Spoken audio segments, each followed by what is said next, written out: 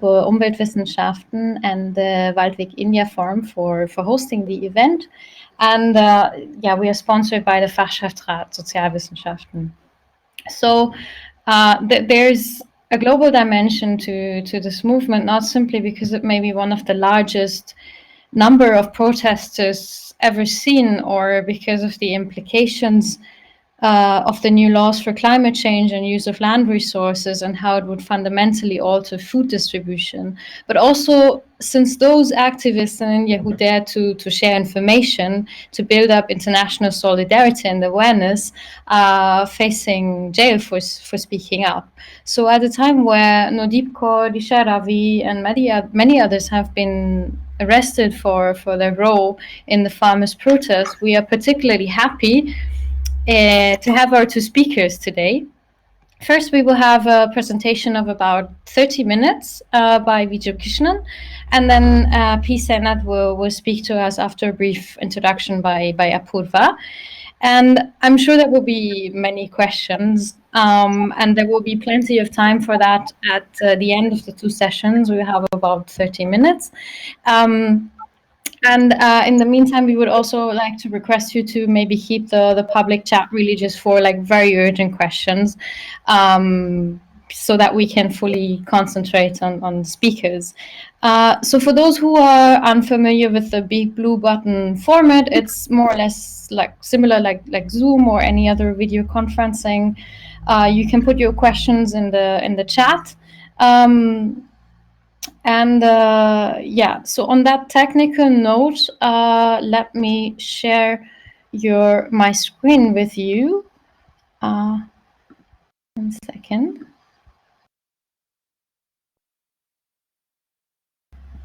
All right. Okay.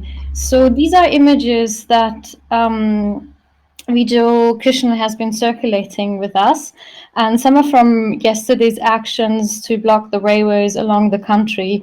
And Vijay is going to tell us a bit more about it, but let me first say a few words about him for those who don't know him. In the meantime, I will share you those images. So Vijay Krishnan has been involved in struggles for land rights and peasant rights for decades. Getting involved in student politics at the Jawaharlal Nehru University as part of the Students' Federation of India, he became the JNU Students' Union president in 1999 and also obtained his PhD in the field of agrarian economics from the same institution. He is part of the Central Committee of the Communist Party of India Marxist, and as the Joint Secretary of the All India Kisan Sabha, the peasants' wing of the CPI, he has been on various protest sites of India for the last weeks. And on that note, we are very much looking forward to hear from you about your insights, and thank you very much for joining us. Okay. Thank you.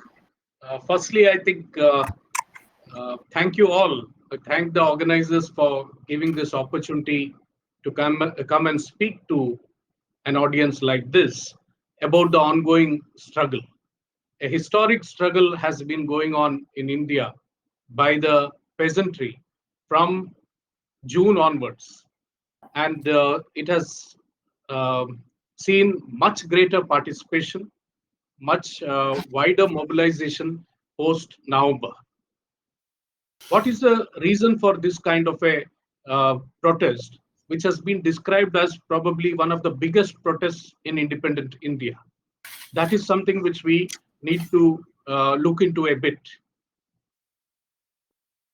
In 2014, when Narendra Modi and BJP faced the elections, there already was an agrarian crisis and farm suicides were rising at that time. And that is precisely what Narendra Modi and BJP said they would address once they are in power. They promised literally the wish list of farmers. It was promised that the agrarian crisis would cease once they take charge. Farmers' incomes would be doubled. Farmers would be given at least 50% more than the cost of production for their crops as the minimum support price. The inputs would be provided at subsidized rates, so the costs of production would reduce. Irrigation facilities to all fields, credit at low interest rates, and if there is a crop loss due to natural calamities or some other reason, then there would be insurance provided to the farmers.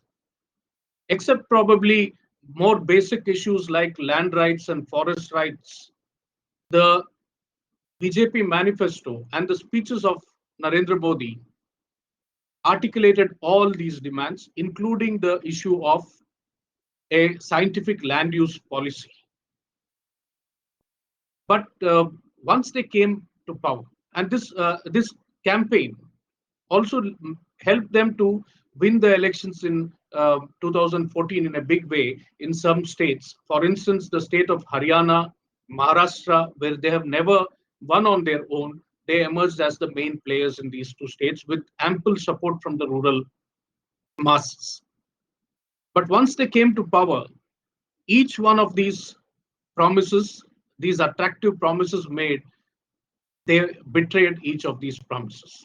In fact, within a week of the government taking over, we visited the agriculture minister and asked him to implement the election promise of providing at least 50% more than the cost of production for the crops. The minister, without any hesitation, laughed it off and asked us, why are we so serious about it? It is in election times, every party makes promises to gain votes. This cannot be implemented. With the least hesitation, this is the response that the agriculture minister gave us. And very soon, the then national president of BJP, Amit Shah, claimed that these were only election time jingles or chunavi jumle, and the government also filed an affidavit in the Supreme Court that this cannot be implemented. Within 6 months, a land acquisition ordinance was brought, which allowed for indiscriminate land grab for corporate profiteering and did away with the provision required to seek prior informed consent from the farmers. This is also entirely contrary to what was promised in their manifesto. This led to the first protests arising in India against Mr. Modi's government. We managed to build an issue-based unity of more than 300 organizations of farmers, agriculture workers, the oppressed sections, Dalits, Adivasis, the fishing community, forest workers, different civil society groups called the Bhumi Adhikar Andolan or the land rights movement, around the issue of land and forest rights and against indiscriminate land grab for corporate profiteering. In the course of the struggles around this issue-based unity that we built, the government, which tried to thrice tried to pass it in the parliament, was forced to withdraw this land acquisition ordinance. This was probably the first defeat that Narendra Modi faced in the wake of this issue-based united struggle. Later, we find that the issue of remunerative price for the crops, waiver of loans, was something which was taken by different farmers' organizations, the All India Kisan Sabha and other organizations. You all might know that farm suicides due to agrarian distress, which often Sainath and others have written, and from 95 onwards, every year we are having more than 12,000 farmers committing suicide, which is the conservative figures where the landless peasants, tenant cultivators, Adivasi cultivators, or the women cultivators don't even feature, and the different states also fudge data. So these suicides continued even under Mr. Modi's first 2 years. And as farmers were demanding remunerative price, big struggles took place in Maharashtra, Karnataka, different North Indian states, Rajasthan. independently under the banner of the All India Kisan Sabha and also by other organizations. It is in that circumstance you had farmers in Madhya Pradesh out on the streets demanding remunerative price for their crops.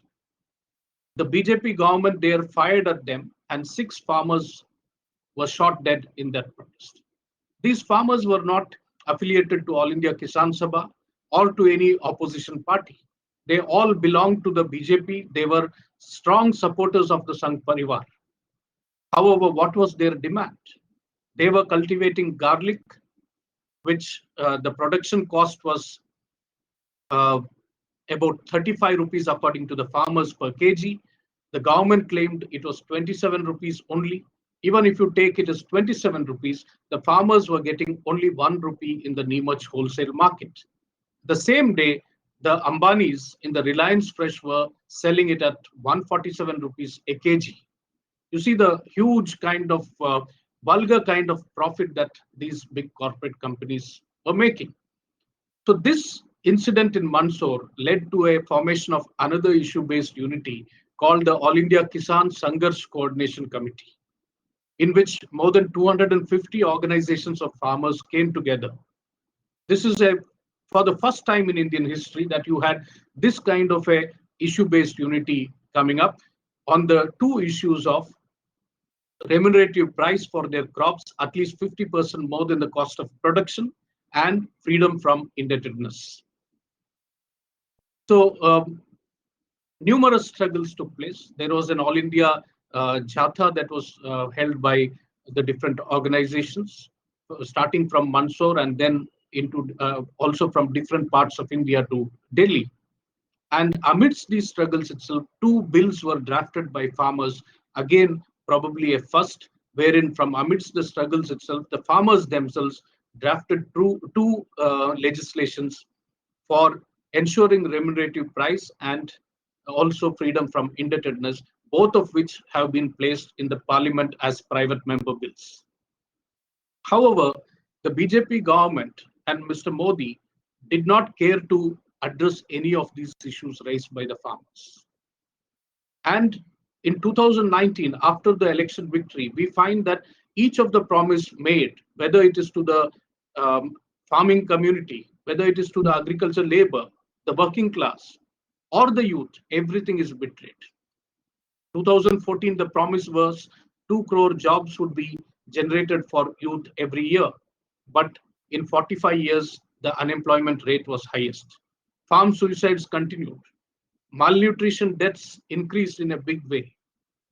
Post demonetization, when the or the note ban, which was implemented by the BJP government. So in such circumstance, you had a situation wherein almost a economic recession in our country, with huge loss of jobs in textile industry, about 3 million people losing their jobs. In automobile industry, about another million plus people losing their job, and so on.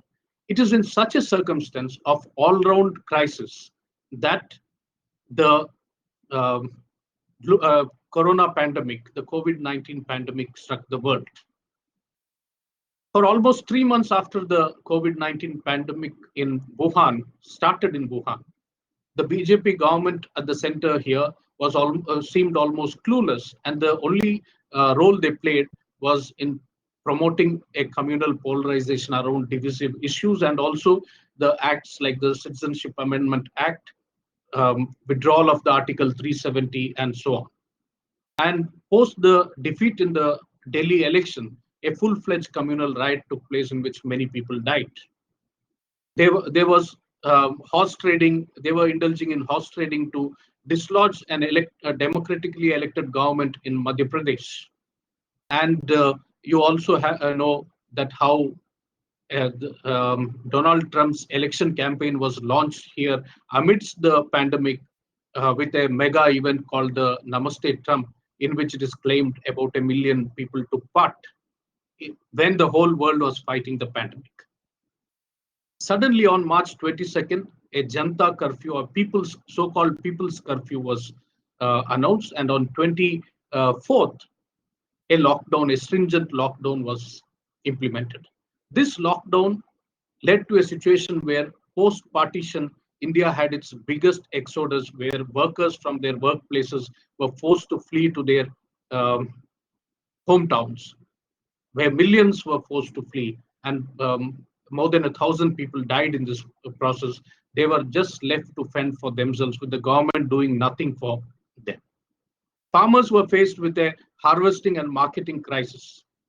Every crop saw a price fall, and farmers lost incomes. The working class lost their incomes. They lost their jobs too. Millions of workers lost their job during this lockdown period. In such a circumstance, the demands of the farmers and the working class was for some kind of an income support every month for the poor, to ensure food security, not just providing a token amount of grains, rice or wheat, but also a food kit which would, whatever, all the essentials that a family would require in a month would be part of it. This government did nothing of that sort, did not waive away the farm loans, did not try to generate employment for the rural labor, and instead, in this lockdown period, huge concessions and waiver of loans was made to the corporate sector.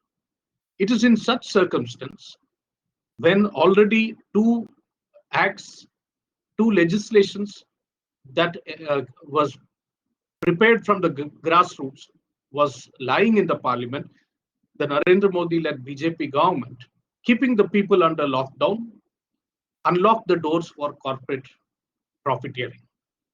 3 ordinances were brought in the month of June, early June, and it was claimed that when India won independence, the farmers did not get freedom, and it is Mr. Modi and the BJP which in June 2020 has granted freedom to the farmers to sell anywhere in India. What was actually happening? Is it something that these 3 acts suddenly emerged in the minds of Mr. Narendra Modi? In fact, in the World Trade Organization, there has been a continuous pressure on India to withdraw farm subsidies, to withdraw subsidies for food security, and also withdraw from public stock holding. This was articulated in 2014 by the Shantakumar Commission. That is, Shantakumar is a senior BJP leader and a former Chief Minister of Himachal Pradesh. And that is what now is being presented before us as these 3 supposedly pro-farmer acts. Farmers have seen through this game plan of the BJP, and they have realized that this is for the to ensure profiteering for the Adanis and Ambanis of our country.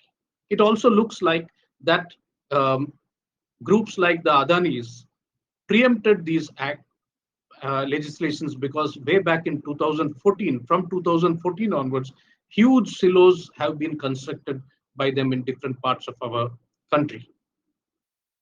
Naturally, there was a protest against this.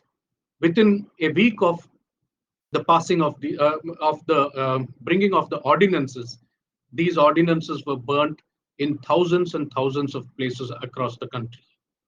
The media has been trying to bring a narrative that it is something that the struggle has emerged spontaneously, and it is only specific to Punjab. However, every part of India had these protests. There was also a total closure or a Bharat Bandh that was called, in which every state participated in support of and solidarity with the farmers. At the same time, the working class, the rights of working class also have been snatched.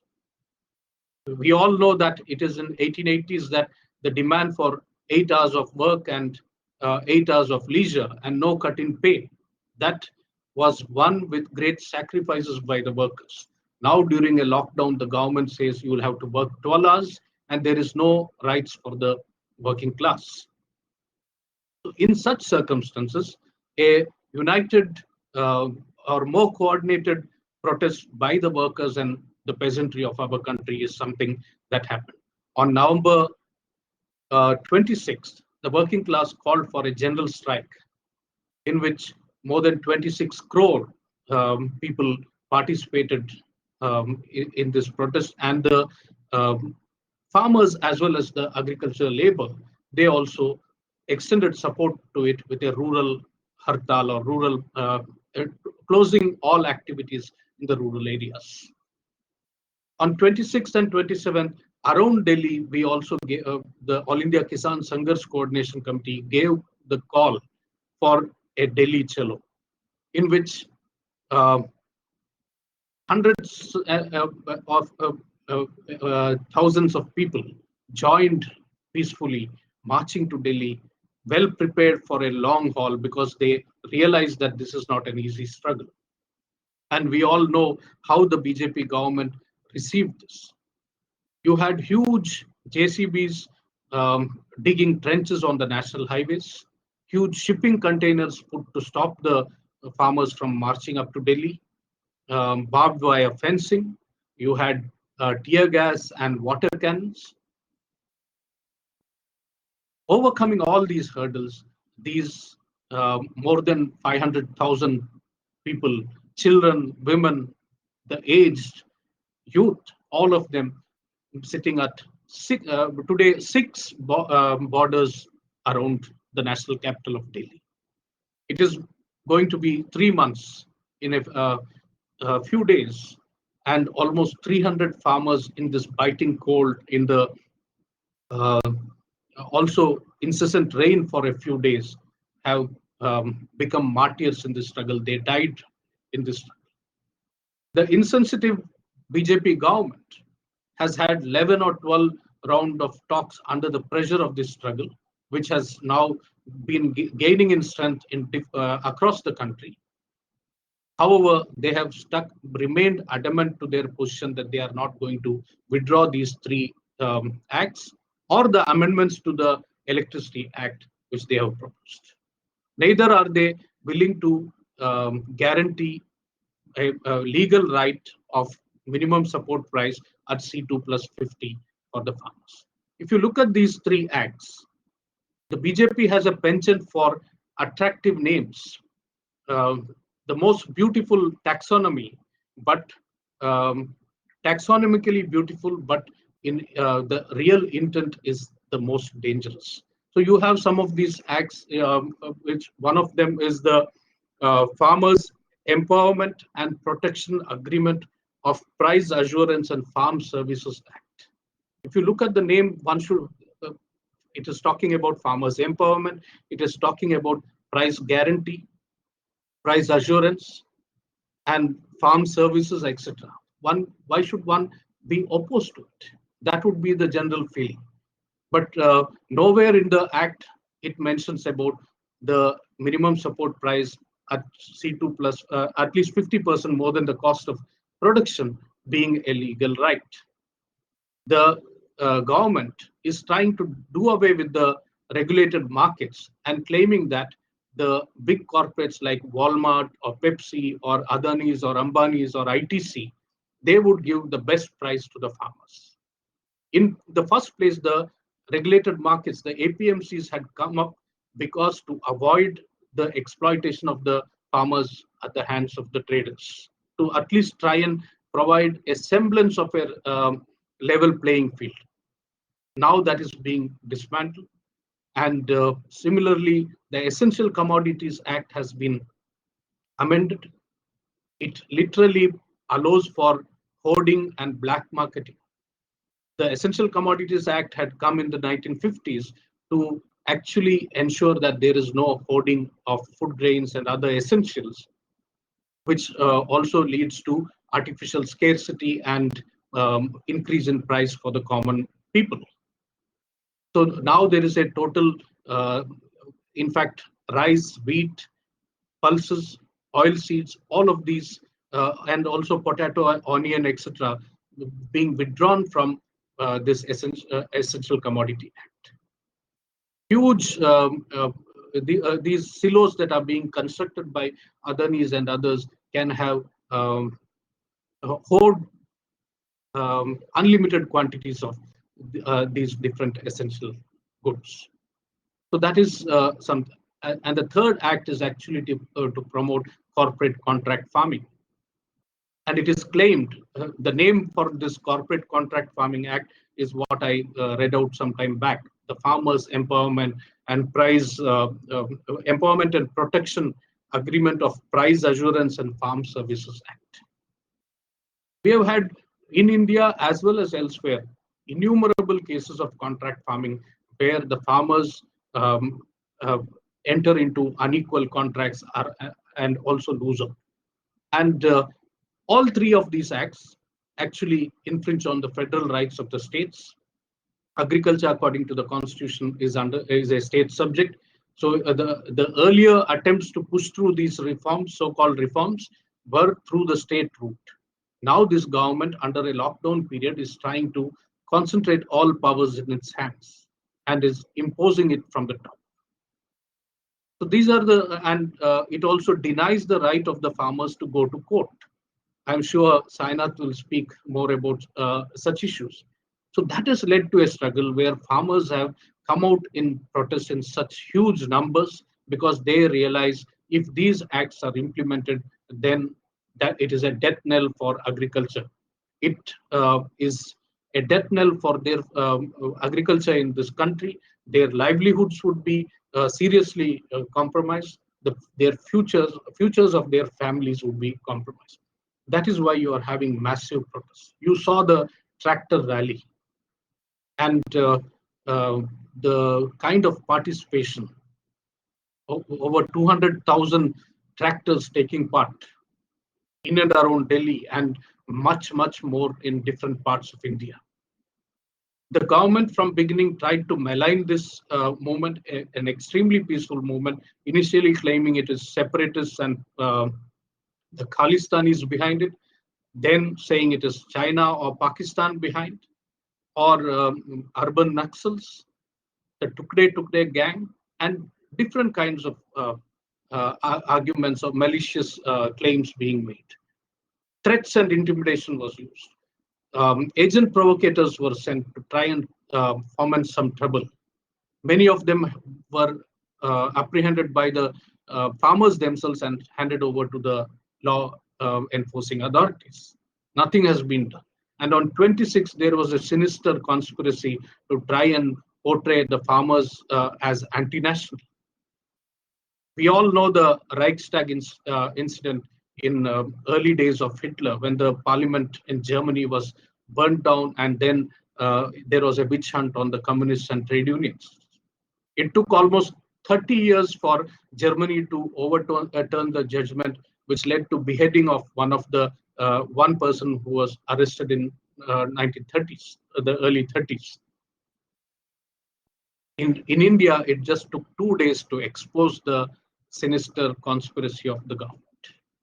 In different protest sites, we had the Sangh Parivar goons masked goons coming out along with police support and attacking the farmers sitting on the streets. This led to a big resistance, much more number coming in protest across the country. Different states are having massive Mahapanchayats in which thousands and thousands of people are taking part, a large number of women coming out. And yesterday you had the blocking of rail routes across the country. It is unprecedented. I have been involved with students and also with the farmers movement for almost 3 decades now. I have not seen anything like this. And we have seen what is the kind of response the government is against the farmers. How innovatively barbaric these people can be. Digging trenches around the farmers' protest sites, putting up barbed wire fencing like between two warring nations, huge spikes being planted on the streets. We have heard about the last nail in the coffin. This is for the first time the government itself is putting the nail in their coffin.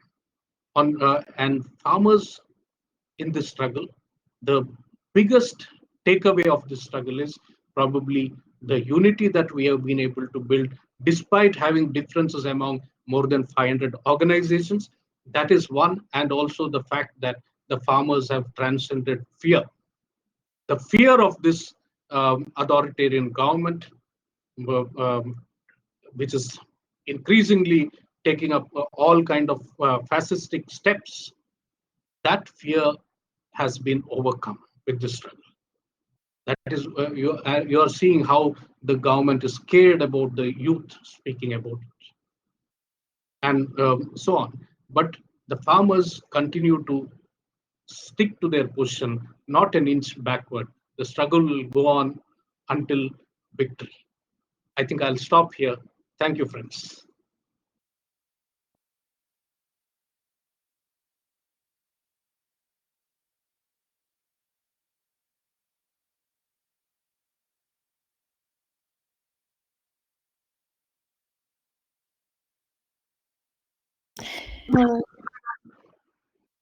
Thank you, Viju, for your thoughtful insights. Now, just some technical changes that we made. So now the public chat is enabled. So if you have any questions during the session, you can put it on the chat. At the end of the session, after P. Sainath has spoken, we'll also enable your mics so that if you have questions to ask by yourselves, you can have the mic open. But just for the raise option, you have to use a symbol. The more information will be there in the shared notes section. And now I'll welcome P. Sainath. P. Sainath is the author of the book called Everybody Loves a Good Trot, which is a collection of stories from rural India on the social inequalities and deprivation faced by farmers. He has extensively worked and agitated on the issues of farmers who are social and economically marginalized by the government. He's an expert in the field of famine and hunger. As a former editor, a rural editor for the Hindu newspaper, he captured narrative and life stories of people in rural areas through his unique lens. He's now the executive editor of PARI, which is People's Archive of Rural India, which is an online initiative to address the failure of the mainstream media for expressing voices of the two-thirds of the population. He is the 2007 winner of Raymond Magsaye Award, Asia's most prestigious award for journalism, for believing that journalism is for people, not for stakeholders, and for writing about those who have been left behind. So now I would like Sir Professor P. Sainath to take over. Thank you very much, Apurva. Can you hear me clearly? Yes, can. Thank you. Yeah. Can you give me that button that will enable sharing screen at some point? That would be good. The very first thing I want to tell you, interesting about your own webinar. Had you been an Indian public funded university, or had Viju and I been academics at an Indian university, you could not have held this webinar without the prior permission of the Ministry of External Affairs.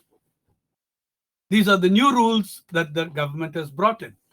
No Indian university that gets any paisas in public funds can have this international seminar or participate in them, its academics participate in them, unless the Ministry of External Affairs clears it in advance.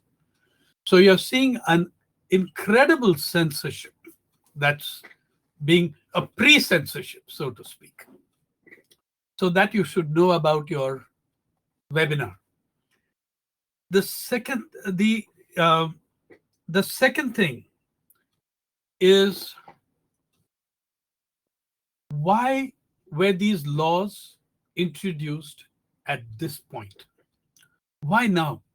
I mean, as Viju explained to you in detail, they came as ordinances in June 5 to 2020. June to September was the height of the pandemic in India. It was rising every day. There were weeks when it was doubling the casualties, the infections. But they chose to bring those laws at that point. Why? Now, the BJP government, or its larger avatar of the NDA, the National Democratic Alliance government, had been in power for 5 years in a majority between 2014 and 19. They didn't bring these laws then. In 2019, they came to power with a majority straight for the BJP on its own. They could immediately have brought these laws. They did not do so for the next 10 months. When the pandemic is under control, which we assume will take a year or so, they will still have a brute majority in parliament. But they couldn't wait for that. They brought these laws at the height of the pandemic. And as Vijay pointed out to you, it wasn't just farmers' laws, farmer-related laws that were passed. Ordinances came in first on labor during the lockdown, which turned the clock back 100 years on the gold standard of labor law of 8 hours a day. As you know, not only did they allow in 3 states for the employer to increase working hours to 12, they even made it clear in the BJP ruled states, in the ruling party at the center, it's called the BJP. They made it clear that you would not be paid overtime rates for those additional 4 hours. You would be paid pro rata. What you were getting per hour in the first 8 hours is what you would get in the next 4 hours. All these were brought between June and September. The ordinances in labor came even earlier, I think by April, May. But finally, the 3 laws relating to farming and the laws, so-called 4 codes of labor, where they pressed 29 old laws into a box, into three boxes. All this happened at the height of the pandemic. The reason for that is very simple and obvious. And those of you who are academics, intellectuals, you are university-based, you should know one thing. They did so with some of India's very prominent intellectuals, very prominent economists, egging the government to push these laws. One of India's most well-known editors wrote a piece and went on his own online TV thing to say, Mr. Shekhar Gupta, former editor-in-chief of the Indian Express, he said, this is the time to ram through the reforms, and said, never waste a good crisis. A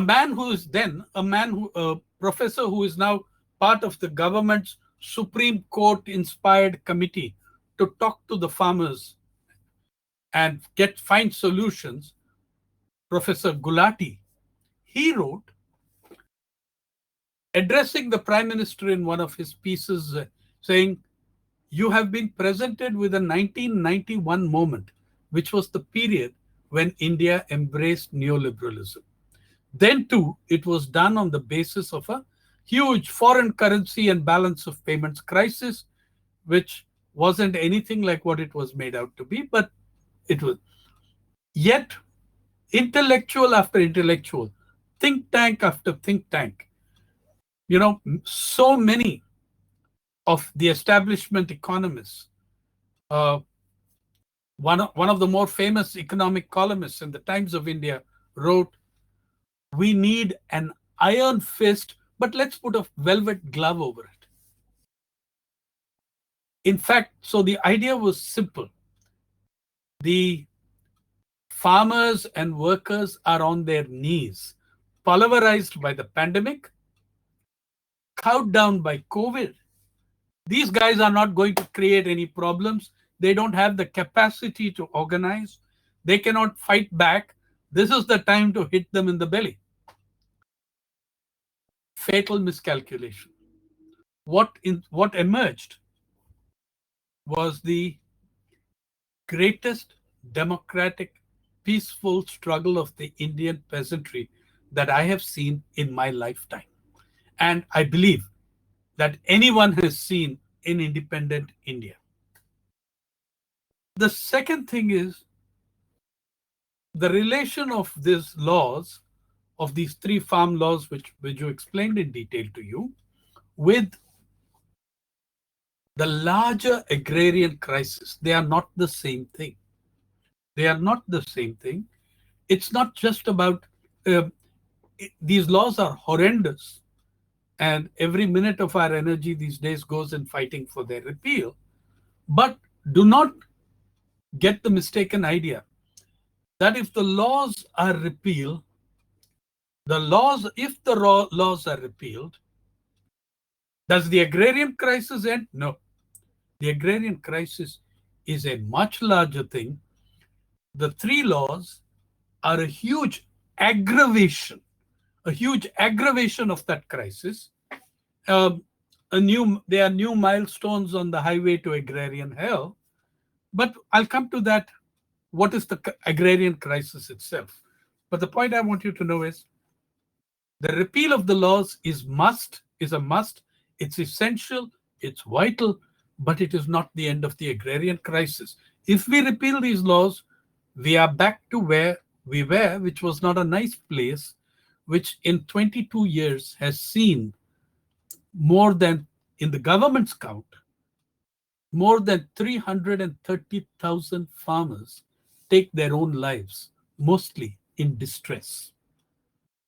330,000 suicides in a single occupation. And those numbers exclude vast numbers of women farmers who are socially not recognized as farmers. They exclude a lot of Dalits and Adivasis who are, working, say, on government land or on forest land.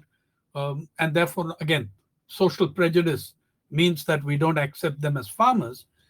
Even with all these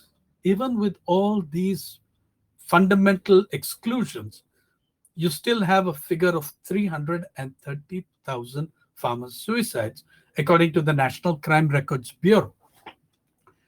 Now, the third and the very important thing that I need to tell you about, since we just explained the laws to you, these laws are not just about farming. They are not just about farming. They affect every single citizen of the country by hitting at the very fundamental right in India, Article 32 of the Constitution, which is the right to legal remedies. It is not just farmers who cannot move the courts against these laws. The jurisdiction of civil courts is completely banned. These laws are outside the purview of civil courts. Third, every citizen, you cannot, as a non-profit, an NGO, a public-spirited citizen, non-farmer, maybe as an association of lawyers, you cannot go to court on these laws. Let me show you, and I'm going to share screen here now. Let me show you what some of the clauses of these laws are. And these clauses are now being introduced in other deadly form in other laws as well, which have nothing to do with these three farm laws. Here, oh boy, I'm not able to find that. Just a moment, please. I'm sorry about that. I just have to get out. Meanwhile, I can talk to you about, say, the crisis of farming, and the crisis of the agrarian crisis. I said I would tell you what that is. So while I am searching for this, for my, if you'll forgive me for just a moment, I will get there. I had it earlier, but this problem has been going on since we did the tests yesterday. Yeah. So there is a button on the right of the video. Yeah. The fourth icon, start slideshow. No, but okay, let me try that. On the start of that, do you see it?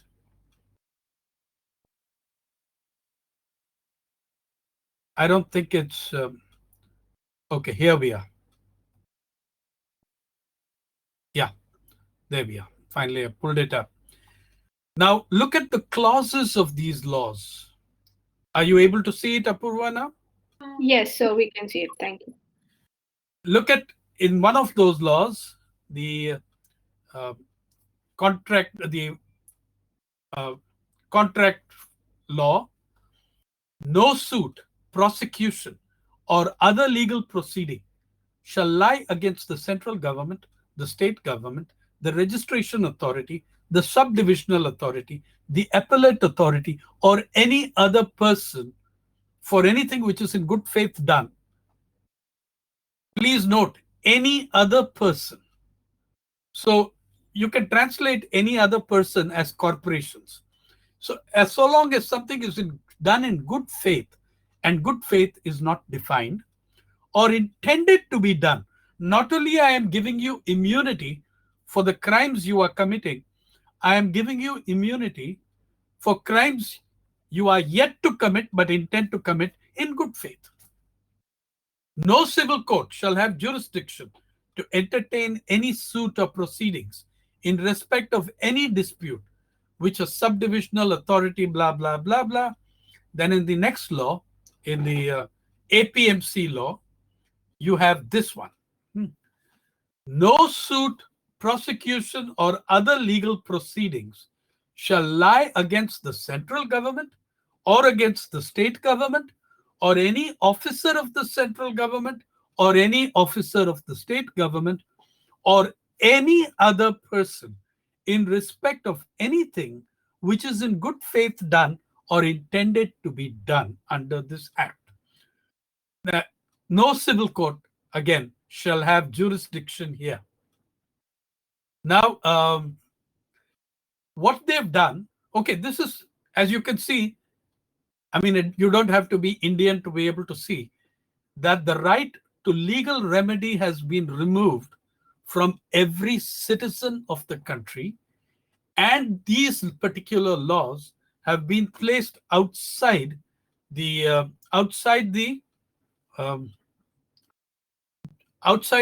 purview of the civil courts in this country. Now, let me show you. You are all, I am very sure, familiar with the continuing, assaults on cattle rearing communities and those particularly aimed at Muslims. Let's make no bones about it. In the bans on cow slaughter, the Karnataka government has just added these clauses to its cow slaughter ban and brought in one more clause, which is unprecedented in my reckoning. It says, first it says the Karnataka Prevention of Slaughter and Preservation of Ordinance, it's now become a law. But it not only gives immunity to people, other persons, so-called other persons acting, which means vigilante gangs who have raided the houses of Muslims saying, these guys are having beef in their home, or they are transporting beef in when there is standard cattle movement every day. These guys are doing that. Now those vigilante groups get a special immunity in disguised language. Look at this. All those clauses which are there about are there, immunity, but this is an additional one. All persons exercising powers under this ordinance shall be deemed to be public servants within the meaning of Section 21 of the Indian Penal Code, which is meaningless. So I'm a vigilante. I come and smash your house, your business, your home, set your vehicle on fire, and if you're unlucky, set you on fire as well. I can claim to be acting as a public servant because I will be deemed, I mean, never mind the extremes, but I can come and cause any amount of destruction. And there have been mob lynchings on the issue of cow slaughter. All persons exercising powers under this ordinance shall be deemed to be public servants. Protection of a person's acting in good faith, no suit, prosecution, etc., etc., or any person exercising powers under this ordinance. So there you are. It's absolutely fantastic, the kind of things that they are doing. So I am getting back to the screen. I'm done with that screen share. There are more slides which will only sort of increase your sense of horror. Now here's the thing. The agrarian crisis, the farm laws crisis, all these are part and parcel of the largest crisis of India's manifold, multidimensional, structural inequalities. And inequality, ever since we embraced neoliberalism and the Brave New World in 91, has grown at a rate and a level unseen since the British Raj in 1921-22, if you look at the kind of gaps. Let me give you a few numbers about the gaps. One, India's billionaires, India's dollar billionaires, added 35% to their total value in the first 4 months of the pandemic. Two, India has about 121 dollar billionaires. In 1991, India did not have a single dollar billionaire. Not one. Yeah. Unless it was a very well-guarded secret. We didn't have one. Not recognized by any of the world journals like Forbes or the other oracles of global capitalism. The increase of 35% of the value of these billionaires in the first 4 or 5 months brings their cumulative net worth to $423 billion. But go back to 1991. We did not have a single dollar billionaire in 1991. By 2018, Forbes magazine, the oracle of global capitalism, declared that India has 121 dollar billionaires. Okay, from 0 to 121. Yeah, achievement of the new economic reforms of neoliberalism, and that these 121 dollar billionaires in 2018, their wealth, their cumulative wealth, was equivalent to 22% of our gross domestic product, giving that whole other meaning to the word gross. 121 individuals in a population of 1.3 billion had wealth equivalent to 22% of India's, something like $2 trillion GDP or whatever the number was. That's another thing. Yeah. At the same time, what were ordinary rural Indians earning?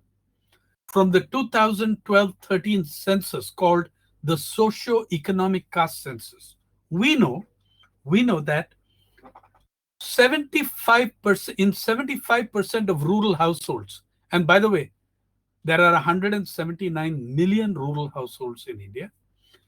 In 75% of those households, the main breadwinner took home less than 5,000 rupees, which is less than 60 euros. The main breadwinner, okay, rural family size about 5.1 or something like that. But the main breadwinner took home less than 60 euros. Now, suppose we doubled that figure, 120 euros.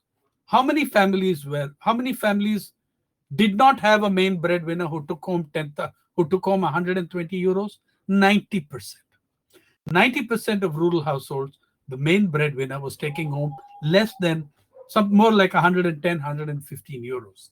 Just 8% of rural households, the main breadwinner took home 10,000 or more. And if you disaggregate that into general population, Dalits, Adivasis, then Dalits and Adivasis, 8%, forget it, less than maybe half, maybe 3.8 or 4% of Dalit Adivasi households. And the kind of jobs those Dalits and Adivasis held were all government jobs which are being shut down every year in tens of thousands. The kind of situation in hunger, even before the pandemic, okay? In the pandemic, Indians were hungrier than they ever were in the last half a century. But even before the pandemic, 2018-19, 63% of rural Indians, 63% of rural Indians could not afford a basically nutritious diet, even if they spent 100% of their income. 100% of their income, if they spent it on food, 63% of rural Indians could not afford a basically nutritious diet. What if they spent, a third of their income on non-food items, okay, on health, on education, transportation? Then the number of Indians, rural Indians, who cannot afford a basically nutritious diet would be 76%. The study on this came out in the journal Food Policy, I think around October last year. Yeah, so you can look that up. So these kind of gaps, and this is before the pandemic. So you can imagine the kind of inequalities. The agriculture sector, as distinct from agrarian, which is larger than agriculture, has always been the weakest sector. And agrarian sector as a whole being the weakest sector in earning, the greater the inequality grows, the more the suffering for people in that sector. So what was the agrarian crisis then? From 91, as we embarked on a huge, the most ruthlessly constructed, the most cynically engineered inequality in independent India's history, in the name of economic reforms, we let loose market-based pricing, what they call market-based pricing, which was a situation where corporations were allowed to go for price gouging. Okay, hybrid seeds which were being used for cotton cost about 250 to 300 rupees for less than half a kilogram. 450 grams packet of seed was costing about 300 rupees to 350 rupees, which means that a kilogram of hybrid seed, which had already eclipsed many native varieties and organic seed, was about 800 rupees for a kilogram. BT cotton seed, Monsanto seed manufactured under license, was selling in 2003, 2004 for 4,000 rupees a kilogram, 1,650 to 1,800 rupees for 450 grams packets. Yeah. So all input costs went haywire. Every cost went up in the name of market-based pricing. And yet when governments moved against Monsanto, the price fell to 900 rupees overnight, showing you what kind of rip-off they were indulging in, what kind of profits they were making, royalties they were raking in on each single bag. The costs of cultivation exploded at the very same time that we started shifting agricultural credit from the agriculturist towards agribusiness, leading to a gigantic rise in the debt of agricultural households, almost a doubling between 1991 and 2002. So there was a credit crisis, a crash in earnings, price gouging, huge price falls, price shocks when their produce went to the market, input cost explosion, and except for direct ownership of land and daily cultivation, corporations came to dominate every sector. Seeds, fertilizer, pesticide, you name it. Yeah. This is the period in which from 95, when the data begins, to 2018, the government admits to over 330,000 farmers' suicides. I will just give you the agrarian crisis in 5 words. Okay, so no ambivalence, no ambiguity. Corporate hijack of Indian agriculture. What was the process by which this crisis was fostered on ordinary people? 5 words. Predatory commercialization of the countryside. What was the result? 5 words. Greatest displacement in our history. Now, all of you watched on television, read your newspapers that told you about those millions and millions of Indians going back to their villages, migrants who were going back to the villages, and we middle classes, especially the middle class media, shed our copious tears and said, why are they going back? Why are they going back? The question, it was the wrong question. The question was, why did they leave their villages to come here in the first place in the last 20 years? The 2011 census shows us unprecedented migrations, greater than even the period of the partition. We never asked the question, why did these people leave the villages? And the answer to that is 5 words: because of the agrarian crisis. Tens of millions of livelihoods were devastated. The main cultivator in India, in the Indian census, the farmer is called the main cultivator. That is a full-time farmer, someone who is operating a plot of land for 180 days in a year or more. The population of main cultivators between the 91 census, prior to that, it was going up every census.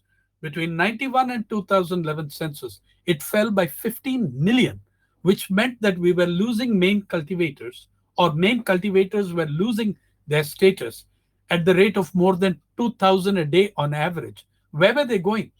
Many were falling into the next column in the census, agricultural laborers. So millions of farmers were falling into the ranks of the agrarian underclass. This was what that crisis was about. That's why they came to the cities, many of them, so many millions of them. And when the crisis came, they knew. I think their decision was right. As many of them told us in the People's Archive of Rural India, told our reporters, told me, yeah, if we're going to die, and we are surely going to die if we stay here, you guys are not going to look after us. This government doesn't give a damn. If we are going to die, so much better to die surrounded by loved ones. Yeah, and they went back to the country. They went back to the countryside. I believe that they will return to the cities. They already are, because we spent the last 30 years destroying livelihoods in the countryside. How do you now reconstruct them? Okay. In this continuing saga of a constructed agrarian crisis, I want to end with this. The misery of the peasantry. On January 30th, we observed the day of Martyrs' Day, because that was the day when Mahatma Gandhi fell to the bullets of an assassin who is very much of this ideological mold today. Mahatma Gandhi fell to that assassin's bullets. Yeah. And I did the Gandhi Memorial Lecture in Ahmedabad in Gujarat, the Mahatma's home state, on January 30th. And I asked this question of the audience, and I leave it with you. 103 years ago, this man called Mohandas Karamchand, later to become the Mahatma, Mohandas Karamchand from Gujarat, visited Bihar in the struggle of the Champaran peasantry against the British Sarkar. He saw a border between the British Raj and the poor peasantry. And he knew which side of the border he was on. Which side of the border did he choose? Ask yourself that question. He knew which side of the border he was on. If the Mahatma were alive today and in Delhi, and there are those 5 border camps of the Indian peasantry, if the Mahatma were shut out from Delhi, with borders constructed with metal, with trenches, with whatnot, if he were alive and in Delhi, which side of the Delhi border would the Mahatma be on? Which side of the border should you and I be on? Thank you. Thank you very much for this enriching presentations and for putting also the current moment into historical perspective of a much larger problem that we are facing, not just in India, but also beyond. So we had a lot of questions coming in already, and we've tried to club them together. So the first one would be about exactly those global issues. So there was a question from Kim about how can European farmers support Euro strikers and how to connect and stay informed. And similarly, Heidi has asked about leftists in Germany. And then there was also a question from Anuband.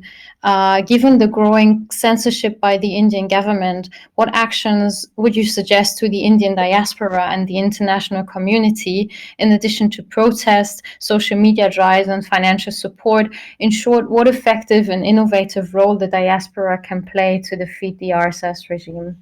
Yeah, these would be the first 3 questions. I think you can both answer to that. Maybe Vijay, do you want to start since you are a bit short on time? Thank you. You have to unmute yourself. Unmute. Kim's question about how European farmers can support our strikes and how to, that is I think we have been getting huge solidarity from across the globe. European farmers are out in solidarity actions.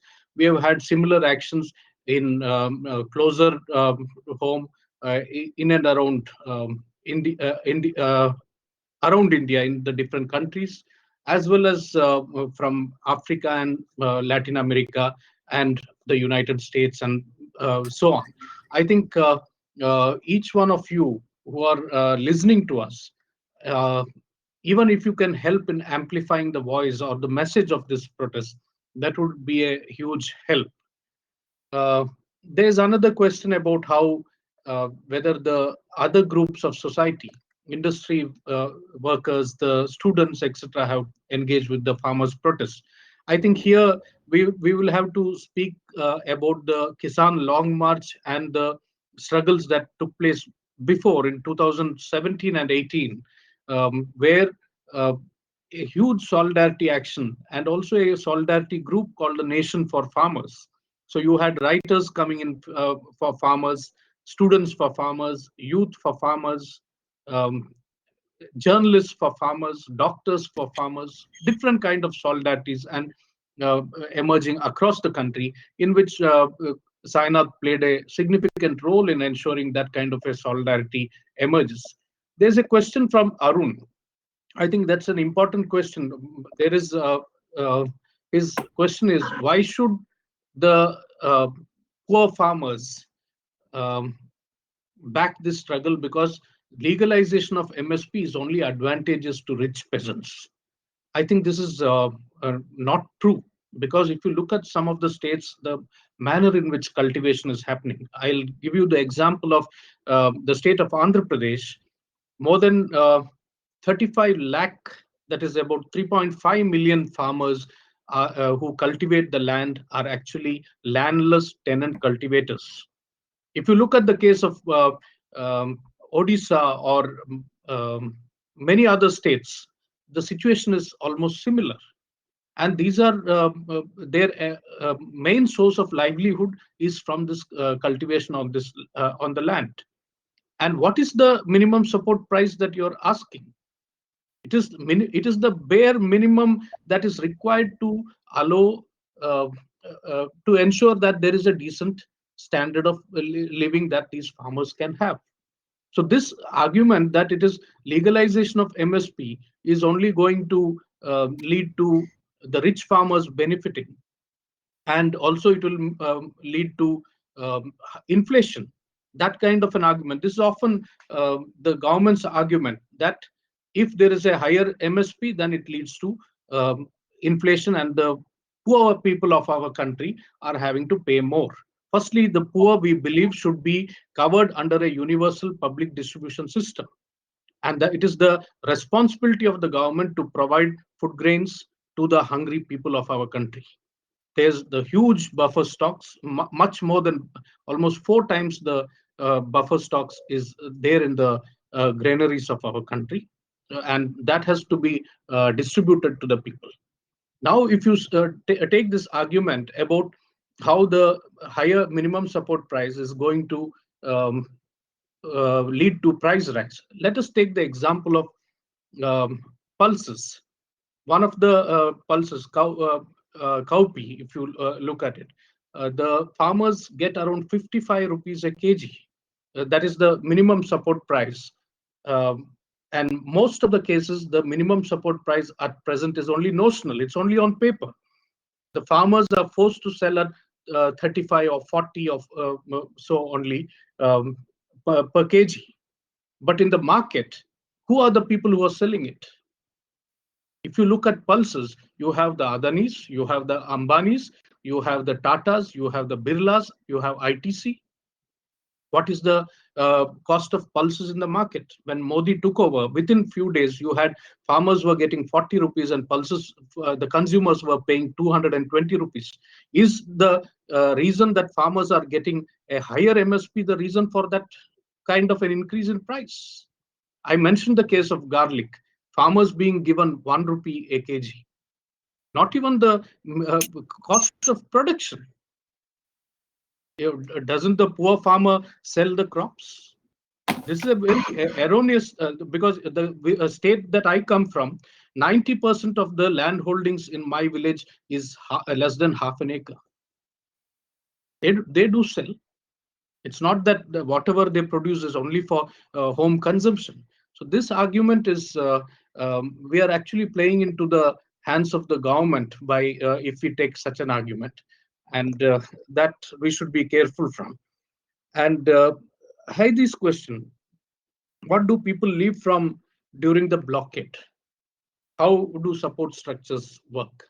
In fact, I will tell you this. It is also linked to another question about financial help for this movement and all that.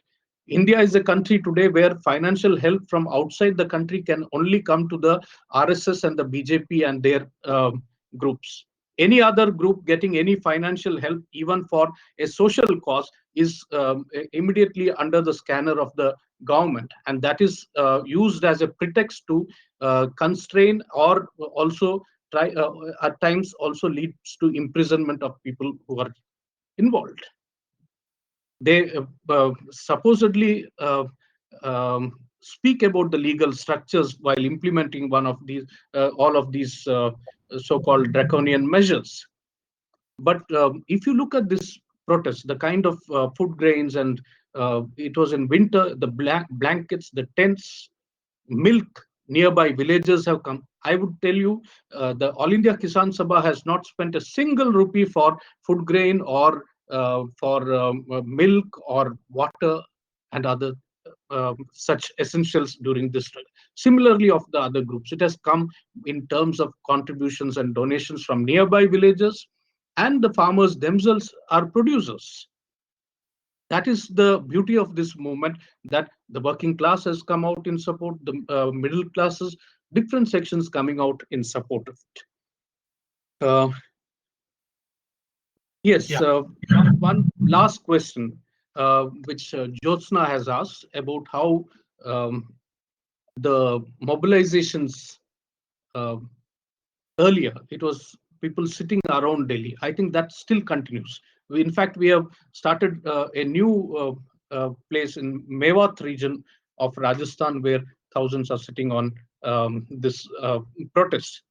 But having massive mobilizations, the lie of the BJP government, that even in the parliament, the agriculture minister lies that this is a struggle only in Punjab. So these mobilizations that are happening across the country, yesterday's blocking of the rail lines, that also is sending out a message that this struggle is a struggle of every state of our country. It is a struggle of not just the farmers, it's a struggle of the workers and all the toiling masses of our country. So I think that we are the proliferation of the struggle across the country is what we are saying. Some other questions are there. I'm sure on the WTO issue I did speak something, so maybe Sainath can. Very quickly. I'm picking up 2-3 of them. I want to go back to the one on why should poor farmers support this? Somewhere implicit in the question, Arun, is the notion peddled by the government and the media that those who are protesting and running the protests are rich farmers, right? Trash them, they're rich farmers. Now here's something you need to know. What are these? Yeah, the farmers of Punjab and Haryana are the best off farmers in the country. Do you know what they earn? The government of India's largest data agency, called the National Sample Survey Organization, its last study on the situation assessment in agricultural households. Let me tell you what the Punjab and Haryana farmers earn. Okay. Let's take Punjab because they're the highest.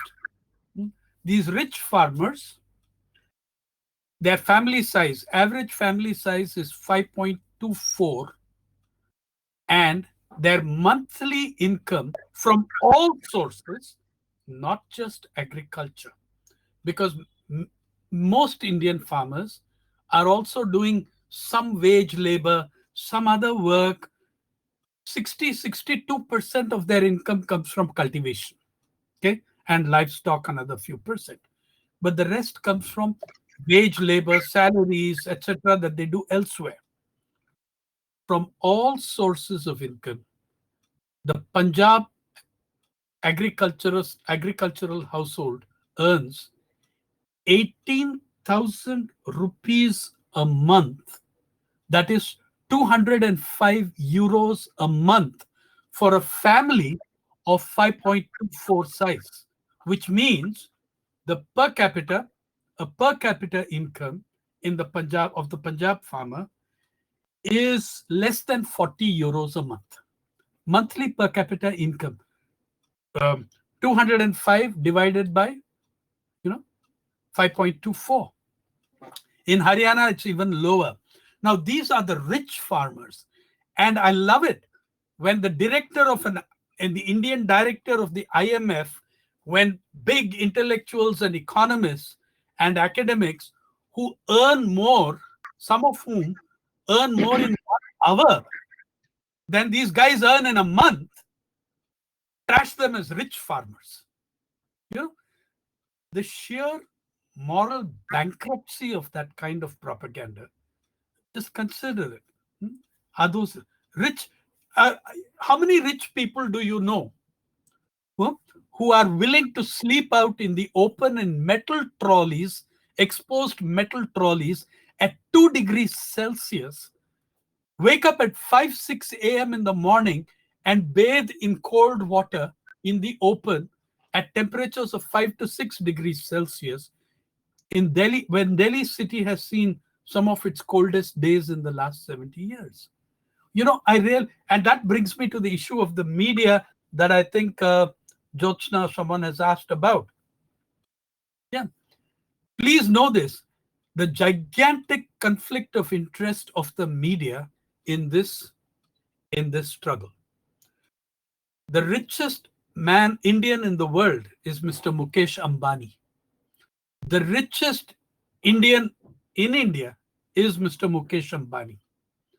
The largest corporation, Indian corporation, is private corporation, is Mr. Mukesh Ambani's Reliance. Mr. Mukesh Ambani is also the richest and biggest media owner in this country. He owns somewhere between 18 to 24 television channels, just television channels, 18 to 24 on last count. I can't keep track because his acquisitions are every week, every month. Now, that part of the media that he does not own, he is very often the biggest advertiser. Okay? Now, please tell me that this man, who is the biggest beneficiary of these laws, why are the media going to give you any serious picture of what the truth is? They're too dependent on him. They're either owned by him or dependent on him, or share that vision, share those worldview of capitalism as a positive force, right? So that is, the media have since the pandemic, you know, every year I tell myself that the media can't do worse than this. And they prove me wrong every year. When the pandemic came, I think anyone would agree with me, I'm sure you all would, that the Indian people needed journalism and journalists more than ever in their history as an independent nation. And what did the big media do? They sacked 1,500 journalists, reducing any chance of covering what the miseries that were unfolding. We covered them till the city limits, not we. People's Archive of Rural India covers them in their villages. We went back with them to their villages. We covered farmers and migrations long before the pandemic, for 5 years before the pandemic. We still cover them now. But the average Indian national daily gives 0.67% of its front page to news of rural origin. On the inside pages, all the social sector areas put together, okay? Health, environment, climate change, poverty, housing, homelessness, education, all these put together get less space than crime and entertainment. And in India, there are very major overlaps between crime and entertainment. And crime can be very entertaining. Okay, so that is how much space the Indian media will give, because the corporate, along with the reforms, the corporatization of the Indian media happened massively. Indian media companies are amongst the most profitable in the world. And these companies, which are so cash rich, the biggest, are the ones that sacked the maximum numbers of journalists during the pandemic on the excuse of no money. So you're looking, look, let me put it to you this way, connecting a lot of your questions. Who rules India? What is the ruling alliance? It is not just the BJP NDA. Please understand that. I have been arguing for more than a decade now that India is ruled or is increasingly coming under the rule of an alliance of socio-religious fundamentalists and economic market fundamentalists. And the bed this happy marriage shares is called the corporate media. Of course, there are people who are both categories, okay? I mean, they are social religious fundamentalists and market fundamentalists. Our prime minister is one, quite proud to be. He is quite proud to be that. So this is who rules your country. So your media, the intellectuals who of the ruling elite, the intellectuals of the ruling elite, all of them, they are going to take the positions they do. How do we fight back? How do we one? I think for media, there are two levels. One is those who have been within the corporate media, within the so-called mainstream media. I think that's a ridiculous word to call a media mainstream, which by definition excludes the mainstream, which by definition excludes 800 million Indians in rural India. But those of us who have worked in it, like I did 35 years, right in that media, in the belly of the beast, I think that our challenge is, how do we expand the boundaries? How do we push the envelope? At some point, that envelope closes, and it closes on a piece of paper telling you you've been sacked. But how do we push that envelope is one question. And the struggle of every Indian journalist now is, how do we sell our labor without selling our souls? That is the challenge. Inside the mainstream, so-called mainstream media, I call it guerrilla journalism. When they burn one forest, you run to the next. Okay? Many, many wonderful journalists have done that. Worked, sacked one place, find a job elsewhere, etc., etc., etc. And that's one. Outside that media, there are a significant number of experiments. Can't match the size and reach and wealth and resources of the corporate media, but can leave them far behind in the quality of information, in the work that we put for you. And I want to tell every academic, every one of you, every Indian amongst you sitting there, you have no right to bellyache about the media if you don't put your money where your mouth is. If you don't support the alternative journals, we, by the way, in People's Archive of Rural India, have no subscription fee.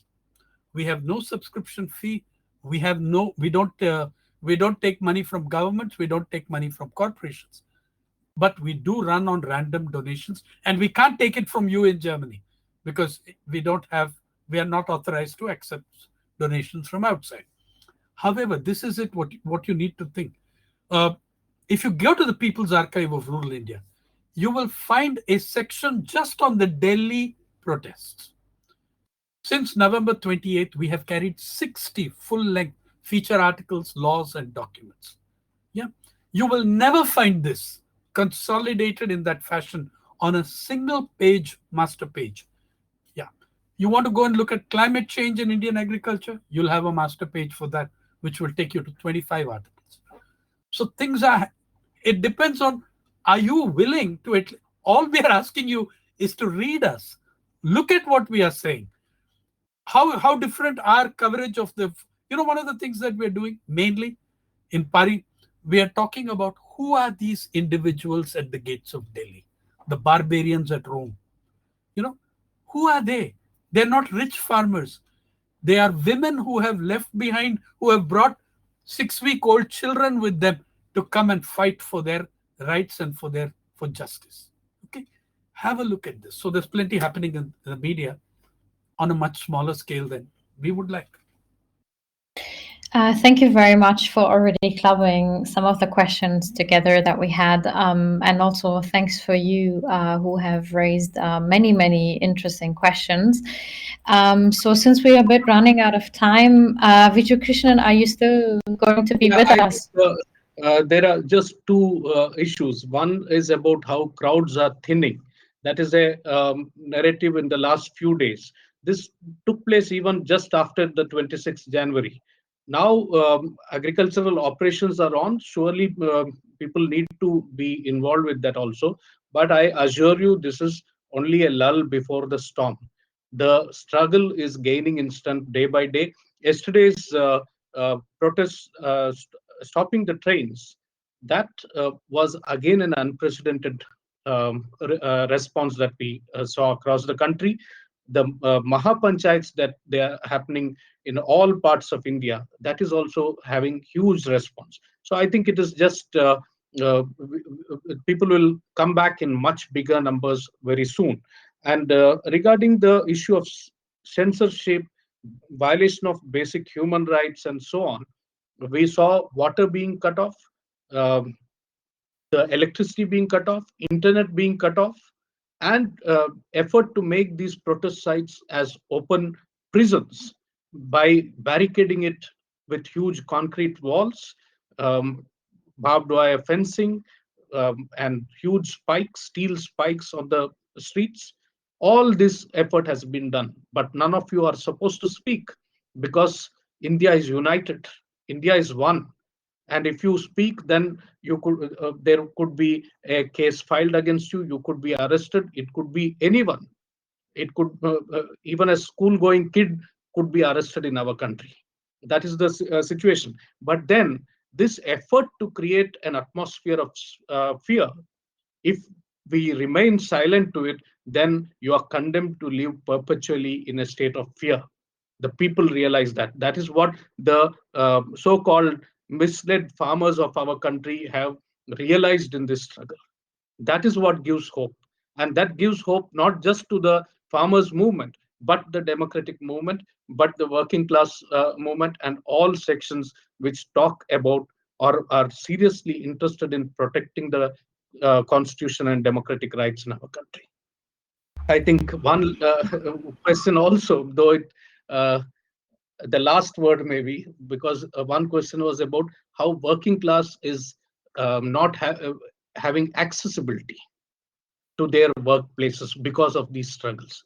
This is just nonsense, because those who are trying to create these hurdles is the government.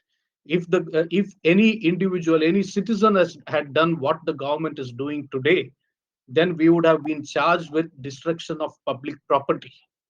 We would have been imprisoned with. The government is digging up trenches. The government is blocking roads. Government is trying to put people in. The farmers have devised mechanisms in which the essential services, for instance, ambulance or others, could move to their places of work, or so on. So that is just a government claim. It's not true. Very quickly, there was a question on how does all this affect the public distribution system? It simply signs its death warrant. You see, when you are creating zones of unregulated trade next to zones of regulated trade, you are dismantling the zones of regulated trade, right? Now, where is the government then going to procure for that public distribution system? It's going to have to procure it from private players at market prices, right? So your whole idea of the public distribution system is gone. It was already going in any case.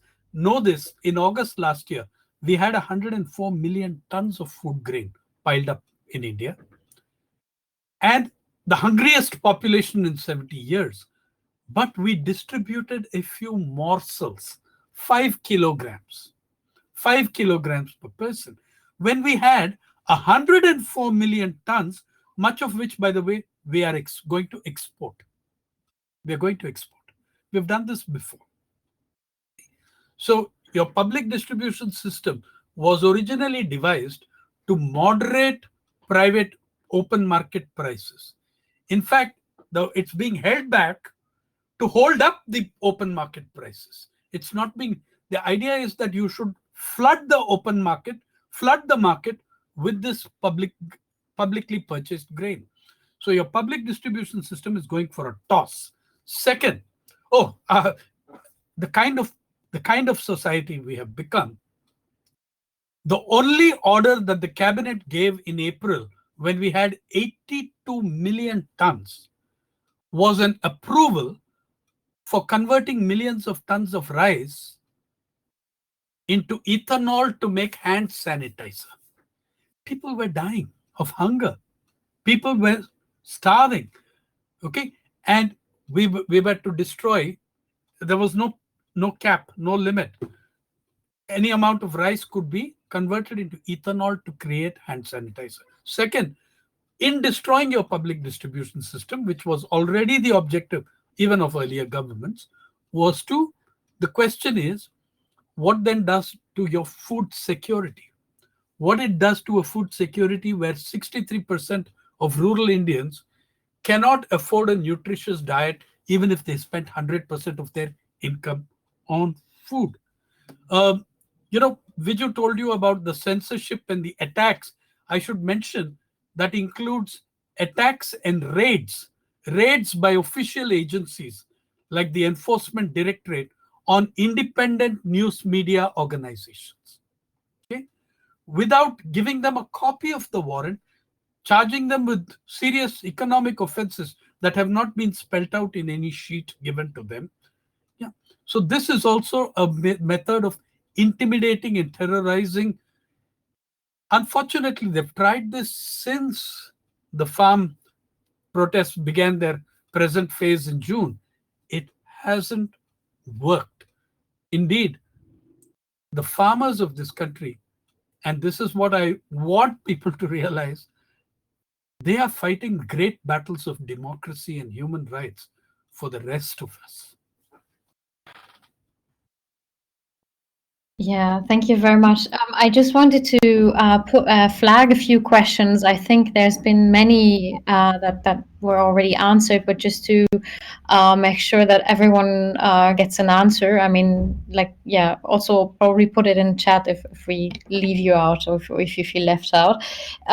So one issue, to going back to the question of solidarity, and so many have, just to maybe go into detail of a few issues. So, for example, there was a question about gender issues in the movement, and then another question was about what about students? How can they participate? And then the other one, maybe to when we go back to the issues of farmers versus farmers versus workers, maybe how can we link the current struggle also with those strikes against the social security code that was launched just in the summer of last year as well during the pandemic. So how to draw these connections, would probably be one of the issues that you could discuss a bit more. And then another block of questions was about future scenarios of agriculture in India. For example, Saurav had asked what will happen in 5 to 10 years if those laws will be implemented. There was another question about Piyush had asked whether there is any danger of communalization of the issue by Indian media if reporting continues the way it does. So let's keep it at that. And then there was a third block of questions about issues of spatial issues and shifting narratives, about reporting from sites in Delhi getting a lot of attention and other sites being underreported. But I think we've also already been discussing that. So yeah, but maybe you can briefly answer. Thanks. Is Vijay there? Yeah, I am. You want to say something, Vijay? Or? Yeah, I'll just quickly say something, and then maybe I'll have to leave. Regarding the workers' solidarity, this is something which is unprecedented. All the central trade unions have come together and has supported all the calls of the Samyukt Kisan Morcha, or the United Front of the Farmers. So that is something also unprecedented. We have not had it earlier. And similarly, the Samyukt Kisan Morcha, this unity of the farmers' organizations, extending support to the struggles of the farmers. That is something which needs to be noted. As far as the media is concerned, a large section of the media here, which usually the corporate media is termed the Godi media, or the media which is in the lap the government.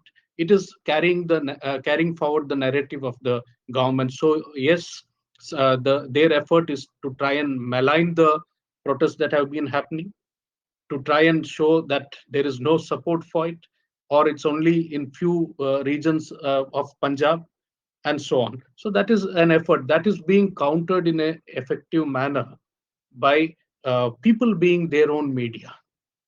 There are different, you see, when the internet was closed down, you had a return to the days of the village scholar going from village to village and informing about the huge panchayats that are happening. It didn't lead to a reduction in the number of people taking part. People have come forward, overcoming these difficulties. So that is something to be noted. And Sainath has already mentioned how certain of these media platforms or online platforms and all have been overcoming all kinds of threats. The leadership of the farmers organizations, they are facing threats. There are already more than 150 farmers who are missing. They are either some of them imprisoned, some of them just missing. So that is a situation that we are in, but the struggle will go on. And to the question about what will happen if these acts are passed, actually implemented, I think the farmers of our country, with active support of the workers, will fight tooth and nail to ensure that this cannot be implemented on the ground, because its implementation would mean the end of peasant agriculture in our country. Thank you. Yeah, gender issues is a very large thing, but let me tell you two things. One is the overwhelming share of work, labor in Indian agriculture is done by women. The social, I have, let me also tell you what people like us have been calling for, even before this phase, even before these laws, what we call for to create the basis for a solution. And I want you to know that at Delhi, in the borders, Singhu, the Rajasthan-Haryana border, Shahjahanpur, the Tikri border, the Sonipat border with Haryana, the participation of women farmers and women is unprecedented. I never believed that I would see that many women from Haryana, normally held down, kept down. They're coming there in thousands, in tens of thousands. They are in the marches, you can hear them making their own slogans. Okay, they have issues. Now, the thing is that in one of the things that we, in the Nation for Farmers, a forum of which I am a part, we've always called that if you want to have any chance of a democratic solution or create the basis, a democratic basis for a solution, we need a special session of parliament and every state assembly and legislature dedicated wholly and solely to the agrarian crisis and related issues. In that, there would be the rights and entitlements of women farmers, the rights and entitlements of Dalit farmers, the rights and entitlements of Adivasi farmers. You will find that I have taken the position for the last 25 years that if you do not engage with the rights and entitlements of the women farmer, for the simple reason that she is 65% of all the labor that goes into it. You haven't a hope in hell of resolving your agrarian crisis. Forget it. You're not going to get anywhere near there. So you have a special session of parliament, call for special sessions of state assemblies. We are doing that, and one or two state governments are considering the possibility. And we create a new feature in Indian democracy, common in some other countries, but never happened in India, that in those special sessions, we hold public hearings within the legislature, never happened in India, and invite the victims of the agrarian crisis to address the nation on what the crisis means to them. That includes the survivors of farm suicides. That includes the farm laborers. In India, many farmers are also wage laborers on the side. Okay, they do wage labor, as I told you. Only 62% of their income comes from cultivation. In some cases, less. But yeah, so those issues are the long-term agenda, the long-term challenge before us. From 2018, when 200,000 farmers gathered outside Parliament, November 2018. And by the way, we saw huge participation by students of Delhi University, JNU, Jamia Millia, you name it. They were Ambedkar University. They came, maybe 2,000 of them or more participated as volunteers to distribute food, to distribute water sachets. Many of them had midterm exams. They came at 4:30 a.m. to receive farmers at the railway station coming in from Bihar, from other states, ran off to write their exam, returned at 2 p.m. to do food distribution. Doctors from hospitals came without our mobilizing them. They came and set up counters of doctors for farmers. I'm saying that, please, this is not a one-off thing. It's been building, it's been developing. Something huge is happening. Now, about the reporting of what's going on elsewhere outside of Delhi, I already told you what the attitude of the media is. Let me give you a specific example. On January, Maharashtra, the state I'm in, I'm sitting in Mumbai, capital of Maharashtra in Western India. This is the worst affected state by the pandemic. Okay? No state has lost as many lives in the pandemic. No state has the number of infections that Maharashtra has had. And yet, on March 25th, starting on March 23rd, peasants from every district of the state descended on Mumbai to have their own Republic Day celebration. Do you know how many people? 40,000. And in the bloody pandemic, lockdown, pandemic, you name it, 40,000, and huge number of women farmers from Nashik, the Nashik division and elsewhere. So the fact that your media will not report it doesn't mean that protests are not occurring. Another, about the fear of communalization of what's going on. My friend, it's already happening. The government led that charge by saying, trying to pit region versus region, religion versus religion, Punjabis versus Haryanvis, Sikhs versus Hindus, versus Muslims, caste basis, Jat farmers versus non-Jat farmers. All these are the weapons of the ruling elite. The farmers are fighting with the weapons of the poor. Unity, solidarity, organized resistance, democratic, peaceful, constitutional-based responses to what's going on. Another section of the media we haven't talked on, we don't have the time to, but I want to tell you this. We are dealing, on the side of the government, is the greatest troll army in the world. I have a name for them. I call them payroll trolls because they're paid. Okay? There are thousands of them. There is no equivalent to it in any nation of the world. Payroll trolls. And there are the ideological trolls and there are the payroll trolls. And the ideological ones also get paid for it. And the kind of attacks that have come. I was worrying yesterday about how you would protect yourself against such disruption. Vijay has dedicated trolls who follow him wherever he goes, whatever meeting he has. I've had one or two fans myself. Okay, but that's how it goes.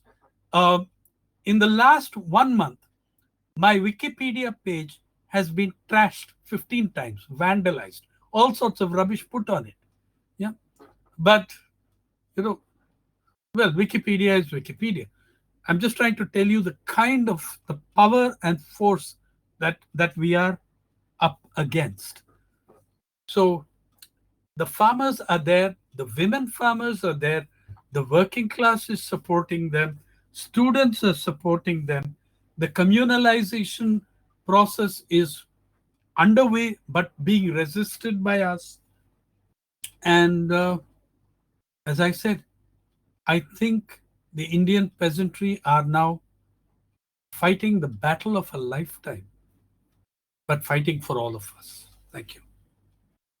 Thank you very much. Yeah, the troll issue is definitely something we've been very concerned about, but in the end, I guess we were really lucky not to face any issues.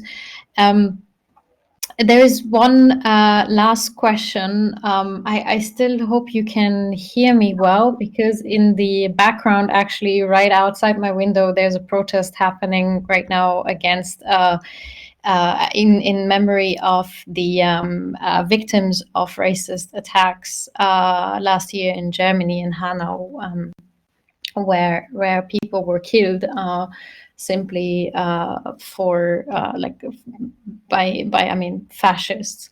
So well, this is just to say that I think there's many struggles and issues that we're facing right now, and I think it is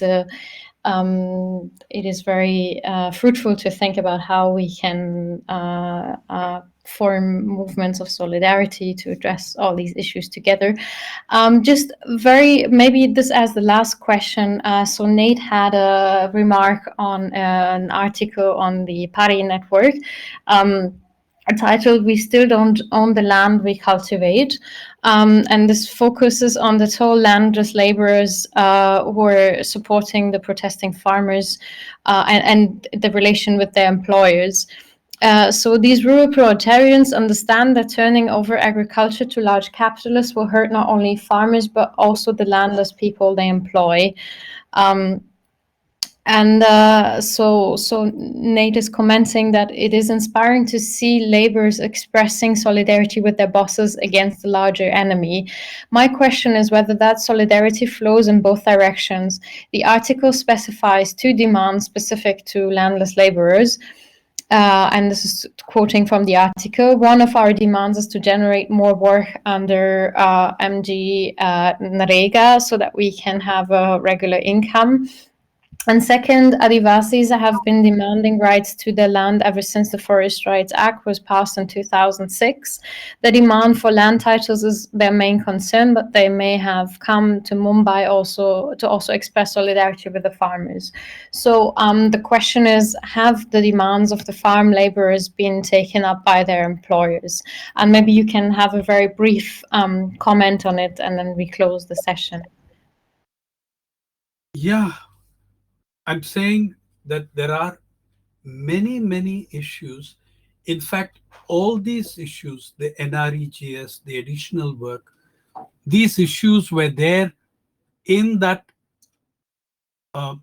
protest of 200,000 farmers outside Parliament in 2018, November. And those are very much includes many of those organizations, except that there are more organizations that are making those demands. Yeah. The question of whether there is a two-way solidarity, that I will not exaggerate, because the focus right now is on the farm laws. It's on the farm laws. It will happen that the government, the corporations, everybody will try to drive that wedge and say, aha, you guys are basically, adversaries. I find it fantastic because I credit Mr. Modi and Mr. Shah with one achievement. They have united an incredible spectrum of traditional adversaries. Okay? They have united farmers and small money lenders. They have united farmers and commission agents. Yeah, they have united women farmers with the other farmers. I'm saying that that kind of unity is not in two-way in the sense that you think it is. Well, it's not on that scale, but a beginning has been made. A beginning has been made. A different kind of unity is coming up. As far as I'm concerned, we published then a parcha that all the organizations and 21 political parties that came to that rally, and they were from 22 states and 4 union territories, not just Punjab and Haryana. Those include all these demands. The demands for the long-term land reform in India. But reform is the most abused word of the last half century, as you know. Like labor reform used to mean good working conditions. Now labor reform means the right of the employer to fire you at any time. So yes, I don't believe that the greater agrarian crisis can be resolved without that point of the landless farmer. I actually believe that there should be no such class as agricultural laborer, landless laborers. I believe they should have land. I believe they should be landed farmers. That struggle is a historically incomplete challenge, and we have to address it. There's no running away from it. But right now, the entire battle, as I said, different kinds of unities are building, and they are building around these 3 farm laws and their repeal. Thank you. So are there any more questions? You can also just unmute yourself and speak if you would like to. Let's wait a few seconds if someone... Okay. Otherwise, I would just in closing, Mr. Sainath, you said that, that you quoted saying that never waste a good crisis, and maybe neither should we, and we should also seize the opportunity. Yeah, so maybe for everyone also follow the initiative, like news initiatives like Pari and. Yeah, so thank you very much, everyone, for participating and for all your various questions, and also for the organizers again, also everyone who's worked in the background to fix all the technology.